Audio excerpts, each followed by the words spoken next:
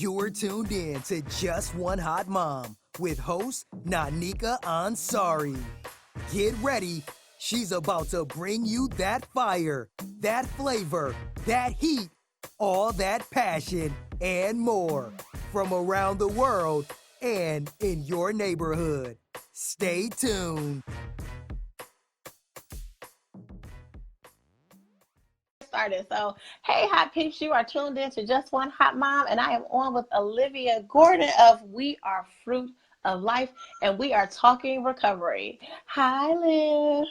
Hi. So, can you tell me what We Are Fruit of Life is and why did you start it? Yes. So Fruit of Life actually started as a tutoring company. I was a private tutor when I lived in Atlanta. That was right after I graduated from Case. And me and my girlfriend were trying to figure out how we could be some entrepreneurs and just figured out what skills we had and what we could put together. And so that's how that started. And I just carried it through until now. And interestingly enough, I'm ready to rebrand. Okay. Yeah, but the name came from the idea behind that children are the fruits of this life. And if I can plant seeds in them to grow, then hopefully they will take those seeds and replant them in their life or into someone else's life. And that will continue to bear fruit and continue to grow, etc. Okay, so how did this expand to recovery? So you know that my dad's side of the family are all, well, not everybody, but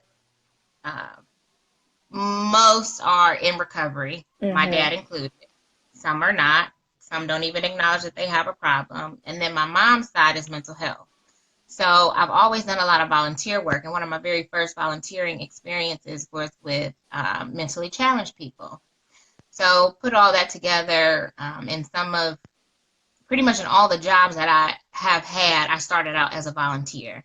And it just so happened, just the trajectory of my work experience led me first to work at a psychiatric residential treatment center for children. And I got my first real experience being on the other side of addiction instead of a family member, but seeing it in children there, as well as the mental health piece. Wow. And then from there, I was a counselor for recovery residents for recovering women. So once I left there, I said, you know what? Now is the time. The time has come. And I'm so proud of you. I have a question though, because I didn't realize you worked at a facility for children. For children who are addicts, are they normally born into addiction, or is this something that they're picking up on their own? Like, what was the statistics, if you know anything about that? Like, if they were born into addiction and it just continued on, or if, because of their mental health issues, they started in addiction. So it's a combination of all of that. Okay. So the thing to understand about addiction is that it's generational and hereditary. So there is, if you get a chance, look up a genogram. Okay. A genogram is going to look at your family's history, and it will go back as many generations as you can, as you wanted to, as you needed to, for as many people as you know where to place. So what happens is addiction is trauma informed first, so generational and then trauma informed. So if you really look at a family's history, you'll be able to see how certain events in certain family members' life brought on the addiction. Okay. So it's never just one thing. So yes, children are born into addiction, but they are not addicted babies. They're dependent on the drug. And when you see addiction go through a family cycle or through a generation, it's not happenstance, it's not coincidence. There is something that is going on in that family lineage that is carrying through each member. And more often than not, it's the unaddressed trauma that is the culprit, honestly. So addiction is generational, trauma informed, and through exposure. Okay, so then I wanted to for people to get a clear understanding because when I sent you the questions and remarks, I was like, I don't think people understand that addiction is and coming out of addiction and into recovery is a moment by moment process. Like I know a couple people who like attend meetings like crazy, and it's like you going to another meeting and another meeting, but then I realized like this is something like you have to do a complete lifestyle change in order to change this portion of your life, which seems like it's so small, but really it has taken over and it's really big. Can you explain to people why it's a moment by moment process and why it's just not like boom, stop drinking, stop doing drugs, stop doing whatever it is that you're doing and come out of it? Because it is, and despite what a lot of critics might say, what a lot of people may think, there is science behind addiction that has proven that it is a disease of the brain. So what happens is when you take drugs, and especially over time, it alters the brain. It alters the chemicals in the brain and how the brain is supposed to function. Primarily what's called it's the midbrain or the primitive brain, which is that is where like the function of survival is in the primitive brain.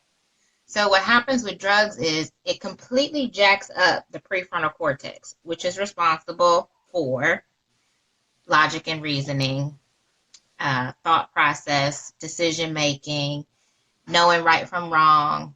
What is that called? Oh Jesus! Basically, if you don't take the time to think about something, if you just do The it impulse without control. impulse control, thank you. That should roll off. Yes, impulse control.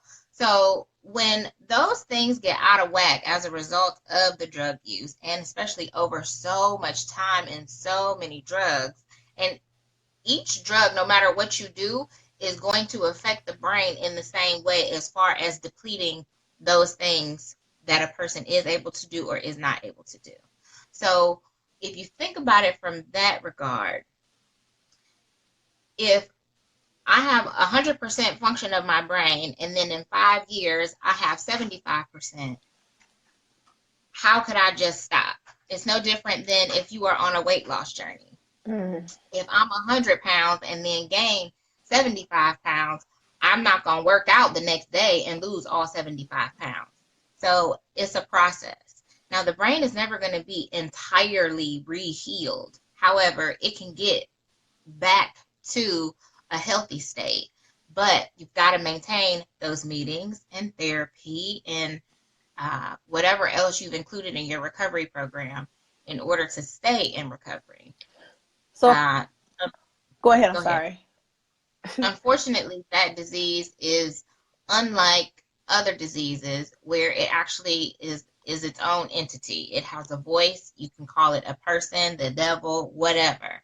And when you get to a place of changing your lifestyle and operating in a certain way in order to maintain your recovery, if you stop doing those things, just like if you were to stop chemo treatments for your cancer, if you've seen that the chemo has been working, but then you stop it and the cancer comes back, it's the same way with addiction. If you stop that recovery lifestyle that you have developed, then starts creeping in thoughts, because a relapse is a process just like the addiction is. So those two things go hand in hand. So that's a very long answer to that question, but no, but I was glad that you went through the steps, because the next part is it's like, so a person has never truly recovered from addiction, like, because this has become a part of your life. So we can never say that a person is truly recovered or cured from addiction. Correct. They will always be in recovery. So how do they cope with that? Because I'm really curious as to, like, you say, for instance, you get cancer and they cure your cancer, the possibilities of a relapse, but at least you have this time period where you're free and you're clear and you can live your life. You know what I'm saying? Or other diseases where you can be cured and stuff like that. How do we help people who, like, this is a life sentence for them? How do we help them stay in their recovery and us be supportive? Well, for every person, that's going to be different, because there's going to be different factors about their life that come into play when it comes to that. Family is everything in addiction and recovery. One person cannot do it alone. And the support of a family and social constructs have proven to be the most effective at people staying in recovery long term, if not forever. So in addition to making sure that their recovery lifestyle is solid,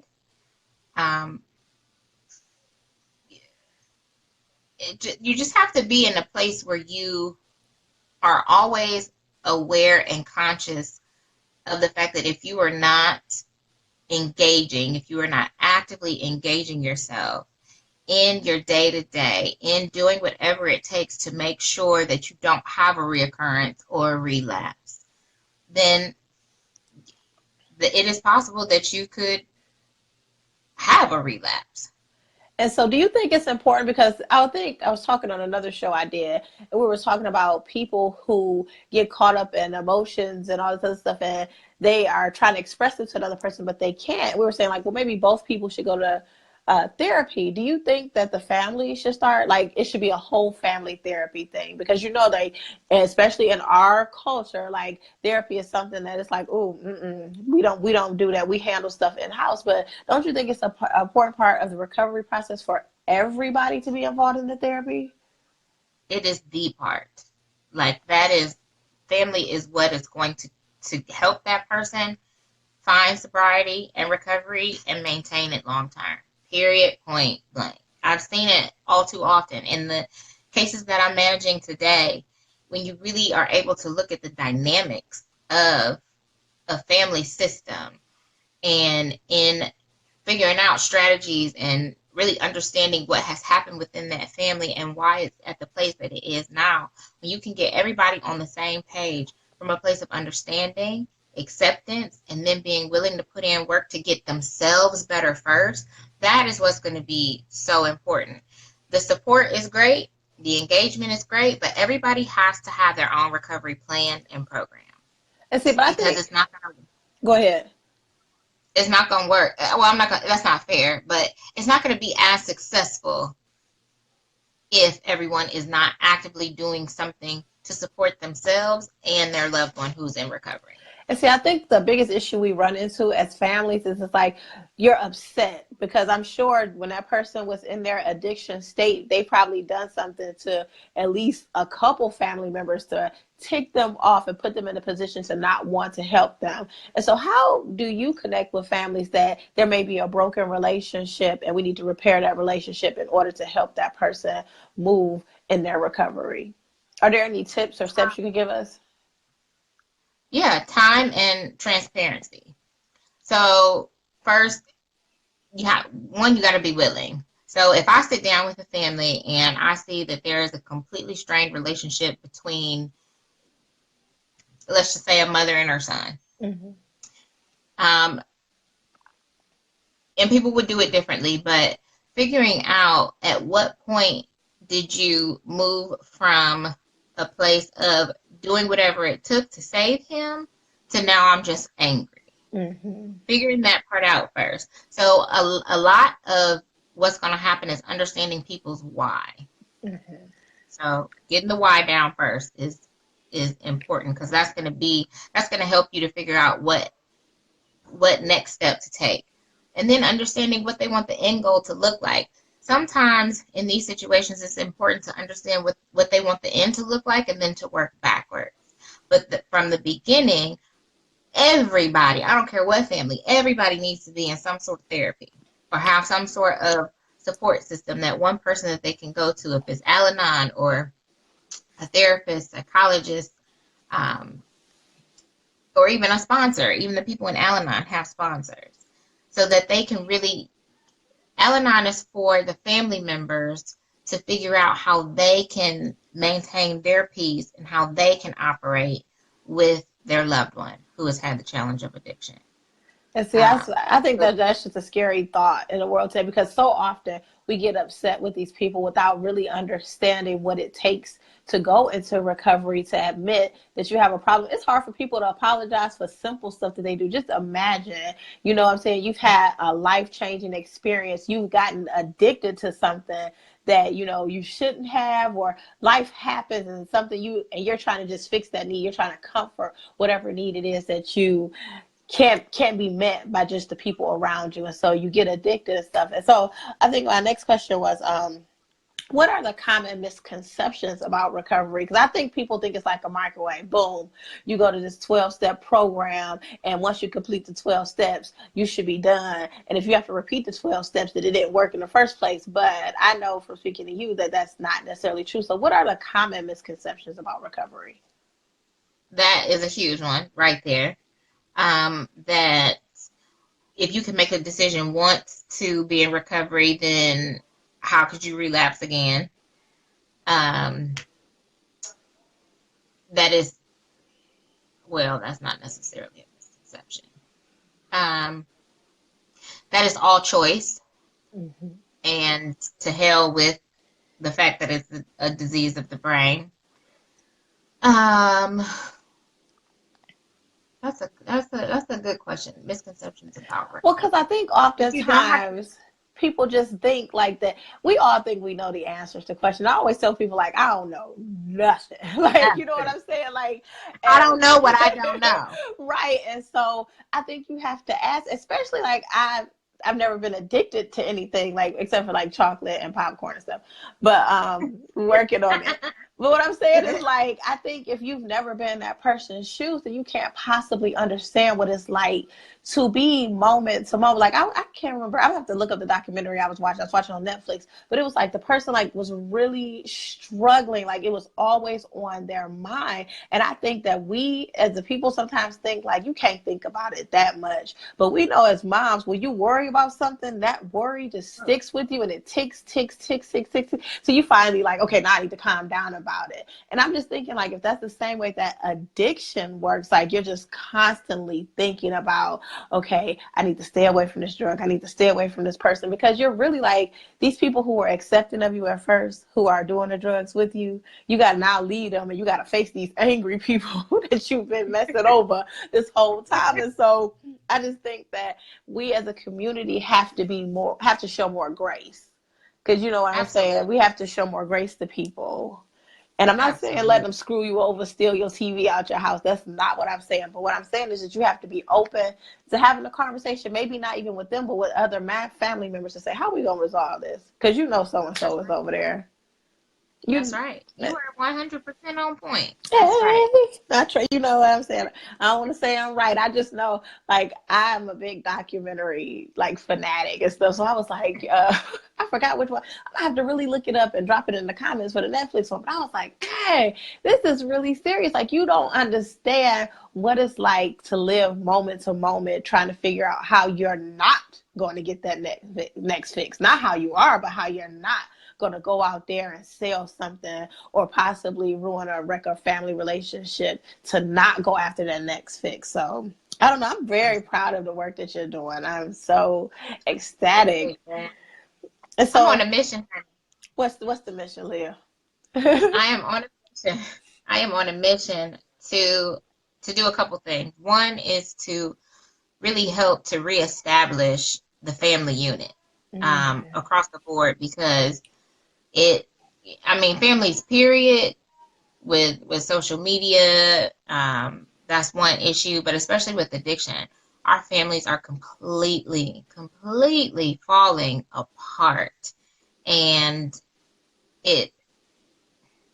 I think it's sad, because I think sometimes people think like, well, I took her kids, and so I'm doing her that favor, or, you know, like, I bailed her out of jail, so I did her that favor. And it goes so much deeper than giving my kids shelter. And I'm sure people are grateful. Thank you for taking in my kids and for raising them for me. But it goes so much deeper than, like, you think honestly that person want to give their kids to you. Like, at one point, and most of the time we see them be a loving mother, It's just that you get caught up. See, this is what I think people forget. Y'all, I ain't trying to preach to y'all today, but that life happens. It happens to all of us. And so there's something that happens in each one of our lives where we lose control a little bit. Like I say, this sinus infection has taken completely over. Like, but life is happening, and so you have to deal with it. But when you put in another element that makes you completely and totally out of control, we have to honestly take a look at ourselves and be like, how can we help? And help without judgment. Like, you can't. That's right. Go ahead, I'm gonna let you That's talk right. on it. No, you're fine. You're on. You know I what you're might come talking about. work. I might have to come work. Come on, boo. Come on. Well, no, I think I was having a conversation with my aunt earlier today, and I was just telling her that we as a community and we have as families have lost our way. And I was like, you can blame it a little bit on our generation. Like, we were so busy trying to do one thing and prove that we were independent women that we forgot to reach back and pull up the next generation behind us. So now we do have our kids out here. I don't know if you watch Grownish, but our kids thinking it's okay to pop these pills to kind of be able to stay up and study or to mellow out and stuff like that. So we have our kids, the next generation, doing all this stuff. And, we like to talk about millennials. I'll be the first to be like, oh, they don't do nothing. But we've created that monster, and we've created that monster sometimes in addiction, where they become addicted to stuff and we don't know how to handle it. We judge them, and then we don't realize that we have some responsibility in what we created. That's just how I feel about it. We're absolutely right. And it's unfortunate. We live in an addicted society, period, between food and Phones. social media. I mean, it's good in some regards, but in others, that is what's about to eliminate the human connection. And so that's the mission that I'm on, is to bring back human connection and having conversations with people. And again, while I understand that it is important and I believe in social media, we need it to build our businesses and to do positive things and to get the word out. But at the same time, it's also a very dark place where our children are hanging out and losing the connection to the family. It's also where parents are not paying enough attention because they are doing whatever else they're doing. And I'm not judging them. I'm just making the observation that I believe that it is possible to do what you need to do as an adult, but also as a parent to safeguard. First of all, it comes from information. The prevention is going to be addiction, educating them Hold on, on let me what's cut out going a on. little bit. Okay. Am I back? Yeah, you're back. You're back. Okay. Education is the biggest part of prevention. And then, like, what happened to the DARE program? Do they even have that anymore? Like, I remember it used to be posters everywhere. I'm old. It used to be posters everywhere all over school, but I never see anything about fighting the battle of drugs anymore in school. I almost feel like first of all, DARE is no longer effective, but I appreciate the effort.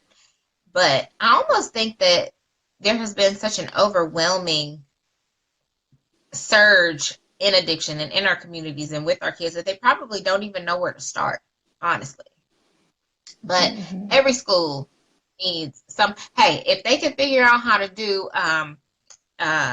gun drills where, they're preparing for somebody to come in and shoot the school up, then they can figure out how to get somebody in there to provide an educational component on drugs.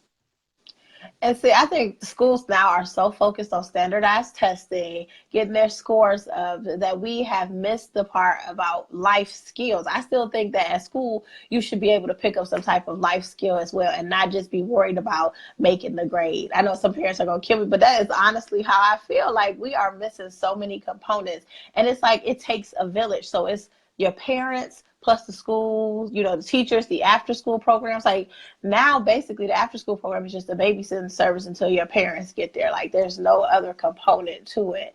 And so I'm just thinking, like you said, right? The education is the key, and it's up to us to educate everyone. Now, I wanted you mentioned something about the children. Now, what signs can we look for as parents that, there may be a drug issue with our child? Isolation. I'm sorry, say it again. Lack of communication or isolation. decreased communication with you, hanging out with different friends, change in behavior and demeanor. If they start picking fights, if they maybe don't normally have a smart mouth, but start kind of talking out the side of their neck, wanting to stay out later, wanting to go do things that they are not normally interested in doing.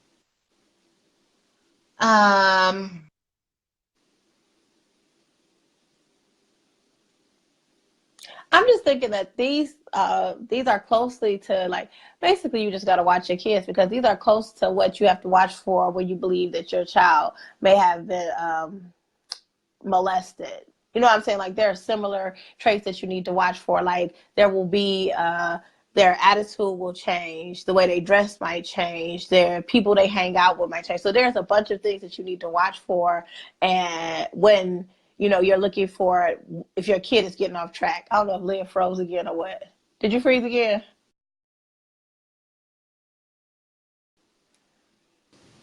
Hold on, I gotta pull her back. I'm sorry, y'all. Y'all know how I am with technology. I'm gonna add her back on camera, see if she comes back up. Wait, it say I can't bring her on. I wonder, did it cut the connection with her? Hold on, so as soon as Liv comes back. But I'm gonna go back into what I was talking about earlier, because hopefully some of you will be into this conversation that I plan on opening in the month of May. And that is a conversation about us as women and how we need to reach back into our communities and make sure that we are planting seeds and nourishing them with other women. My aunt and I got in a real deep discussion today about how her generation, oh, she's back. Here we go. Olivia wants to be, wait, where are you, Liv? Okay. She's coming back on. I'll tell you guys what I was talking about in just a minute as soon as, hey, Oh, girl, technology is internet. funny. Facebook could be so whack sometimes. But anyway, I was saying before it cut you off that the similarities of any time, like say for instance, if your child is sexually molested, that the similarities, just the change in behavior, you have to be really in tune with your child to know like something is not right. So it could be drugs, it could be sexual molestation, it could be depression. It's just a matter of watching for things with it. And your kid, when your kid is out of sorts, like it's not just a growing pain. There's actually something going on with them. Right. So all right. important to pay attention. So how can we as a community help you? How can we reach back? Because I was just talking to ladies where you got cut off about how my aunt was saying it's like their generation poured into us and they lifted it up. So they kept encouraging us. And she was like, sometimes she feels that we as the next generation, we took that and we became independent. We became strong. We became everything that they wanted us to be. But we forgot that we were supposed to give it back. And so how can we as a community support you and what you have going on as far as reaching these kids and making sure that they understand what addiction and recovery is? If you need me to provide education, I would love to do that in any form or fashion for parents and or for their children. However, we need to get together. I mean, if it's something that we can even put together where I can come back home in person to do it. Cool. I just think that that's the starting place for everything. And whether it's me or anybody else, because I'm sure that there are some wonderful people in Cleveland, just let people know, for me, seriously, let people know that there is help out there, and especially for our community, the African American community. Get past this place of, no, it doesn't affect me, or no, that's not what we need. That's what it's there for. Mm-hmm. And I hate that more often than not, so many of our people talk about what they want as far as the positive things and what they want for their family, but are not willing to do what it takes. So you can help me by encouraging those that you come across to seek help and to reach out for support, because it is there for a reason. I totally agree with you. And I want people to realize too that I'm about to, if you're offended, don't be offended, but take it to heart. Is that don't just reach out for government assistance as far as money is concerned. There are a lot of government programs that can help you with recovery. You just have to be willing to, you have to be willing to attend. That's one thing. That's right. Don't go the first time like, oh, this ain't for me. Sometimes you have to get so uncomfortable in your space to grow into the next thing that you're supposed to do. But if you're not willing to be uncomfortable, you're going to stay stuck. And I can tell you right now, I don't even have to be addicted to nothing to know that in order to move forward in recovery, you got to not be stuck in the space that you're in. That's right. That's right. That's where growth happens, is outside of the comfort zone. We know that. And so, but you know what? We know it, but we don't accept it for ourselves. We don't accept the fact that in order for us to grow, we have to be uncomfortable. I told people that last year was going to be my most uncomfortable year. I was going to purposely make myself uncomfortable so that I would have a growth spurt, so that I would be willing to go out and do what I was really meant to do. And when I say I was so uncomfortable, like I did a lot of stuff alone. Like, because it was a matter of I needed people around me to be able to do the stuff. And I was like, you know what? You're going to have to do this by yourself. And I'm sure that people in addictions are like, you know what? I don't need nobody to help me do this and stuff. But sometimes you do. And when I did need people, which was so uncomfortable for me to ask for help, I just had to be like you said, you was going to be uncomfortable. So I had to go and ask those people for help. That's right. All right. That's one of the hardest things to do, whether you're in recovery or not, is asking for help. But that's a shame that it is, because you know what, you could really overcome so many lessons that you don't have to go through. Sure. You wouldn't have to have so many growing pains if you just was like, hey, I need help. Like now I be telling people like I need help. And if you can't help me, can you point me in the direction of somebody that can help me? That's right. You got it. That's why I wanted to bring people in the group. I'm like, okay, I know nothing about recovery, or, you know, I would say really I don't, except for the documentaries that I watch. But I'm like, I know that Olivia does. So let me bring her into the group so that she can educate us, so that we can be aware of how to pay attention, one, to somebody that may be addicted, especially our children, and how to push them into recovery. Because sometimes you got to drag people kicking and screaming, and they'll be all right. Sometimes you just got to drop them off at the door. Yes. And I'll tell you, one last misconception is that, I'm glad you said that, is that people have to hit rock bottom. That's not true. It's not true at all. First of all, everybody's bottom is different. And yes, if you decide that in the midst of somebody's full-blown addiction that the family's going to get together and y'all going to have an intervention, and you gonna ask them to go to recovery, they are not at their bottom. They was out getting high, doing what they do, but guess what? I bet they'll go. I think sometimes people just want you to pay attention. They want to know, like, you see me spiraling. And sometimes we'll see people spiraling and we'll be like, okay, you know, you're right, you can say you got to hit rock bottom, or they got to learn. That's a lesson for them to learn. And I be telling people, like, sometimes I don't want to be learning all of those lessons. Like, stop me. Stop for me. If you see, I don't know. I was telling you, like, I really am not into pain and stuff like that. I know that there are growing pains that I have to go through. Like, I'm never not gonna not be in pain. But ultimately, at the end of the day, if you could tell me something to stop me from having to experience that pain, tell me, girl, hit me with the V8 to the head. Me know. Because I need to know. I don't need to be out here in pain all the time. So drop your information for us. How can we search for you and find you? What's the website? All right. I'll put it in there right now. You're going to drop it in the comments?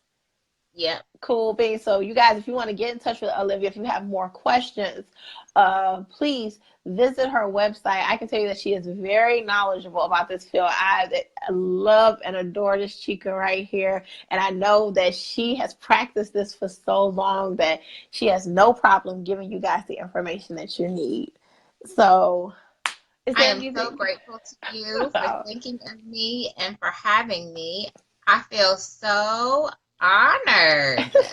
Well, I tell people, I was like, I think the thing that we're missing in society now, which I would like to bring back, is the telling of stories. You know, we used to sit around, our grandparents sat on this porch and we picked peas and stuff like that, and they told us the stories, and that's how we learned the lessons. And so now, when are we sitting on porches? I don't even think people own, like, my house don't have a porch. I'm so upset about that. Like, we don't even have porches anymore. We don't even take the time to sit out and enjoy the weather. And so, you know, this is me sitting on the porch with my people and having you guys tell the stories that hopefully will make a difference in somebody's life and hopefully propel them to do what they're supposed to do, to walk in their passion, to go figure out that they need to live in recovery. So that's what I really want to do. So that's my passion, and I'm just going to keep living in it until I can't live in it no more. All right, hot people, you have been tuned in to Just One Hot Mom. We were on with Olivia Gordon of We Are Fruit of Life. She dropped the information in the comments. If you are in need of recovery, or if you know somebody right now who is currently in addiction and is in need of recovery, please reach out to her and they will get you connected with somebody in your city to help you deal with your issues. And let's just remember that it takes a village to raise the next person. So don't just write people off. Let's show people some grace. Let's show people some mercy, because God has given us grace and he's shown us his mercy, and we are not deserving of it. And all he really commands us to do is to love the next person. And sometimes how you love that person is helping them move forward and live a better life. I am your girl, Nanika Ansari, and I'll talk to you soon. Toodles.